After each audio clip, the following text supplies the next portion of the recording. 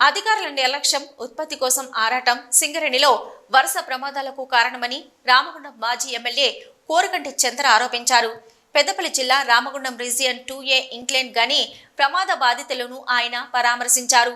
రామగుండం రీజియన్లో నిత్యం ప్రమాదాలు జరుగుతున్నా అధికారులు రక్షణ చర్యలు పాటించడంలో విఫలమయ్యారని చందర్ విమర్శించారు. బొగ్గు ఉత్పత్తి లక్ష్యాలను అధిగమించేందుకు అధికారులు కార్మికులపై పనిభారం మోపుతున్నారని, పని స్థలాల్లో రక్షణ చర్యలు విస్మరించి కార్మికుల ప్రాణాలతో చెలగాటమాడుతున్నారన్నారు.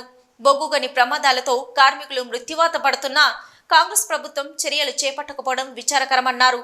సింగరేణి యాజమాన్యం ప్రమాదాలు జరిగినప్పుడు కంటి తుడుపు చర్యలు పాటిస్తూ ఎక్స్ గ్రేషియా చెల్లిస్తూ చేతులు దులుపుకుంటున్నారని చందర్ మండిపడ్డారు. ఇప్పటికైనా సింగరేణి యాజమాన్యం, తెలంగాణ ప్రభుత్వం గని కార్మికుల రక్షణపై ప్రత్యేక దృష్టి సారించాలన్నారు. ప్రమాదాలు పునరావృతం కాకుండా అధికారులు ప్రణాళికబద్ధంగా వ్యవహరించాలని ఆయన సూచించారు. 2A ఇంక్లైన్లో జరిగినటువంటి సంఘటన ప్రత్యక్షంగా అక్కడ ఉన్నటువంటి కార్మికులందరూ కూడా చెప్తా ఉన్నారు. ప్రమాదానికి గురైనటువంటి కార్మికులు కూడా చెప్తా ఉన్నారు. ఆ స్థలం ప్రమాదం జరగడానికి ఆస్కారం ఉన్నది, ఆ బొగ్గు పిల్ల కూలడానికి అవకాశం ఉన్నదని చెప్పేసి చెప్పినా కూడా బలవంతంగా ఓవర్మెన్ మరియు అండర్ మేనేజరు అక్కడ సౌండ్స్ వస్తున్నాయని చెప్పినా కూడా దాన్ని క్లియర్ చేయకపోగా ఉల్టా కార్మికులను అక్కడికి పంపించి ఇలా కార్మికుల ప్రమాదానికి గురి కావడానికి కారకులైనరు.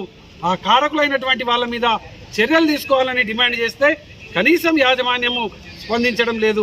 ఇటువంటి చర్యల మూలాననే ఈ యొక్క ప్రమాద సంఘటనకు బాధ్యులైనటువంటి వాళ్ళ మీద చర్యలు తీసుకుపోవడం మూలాననే ఇలా ఈ యొక్క వరుస సంఘటనలు జరుగుతూ ఉన్నాయి.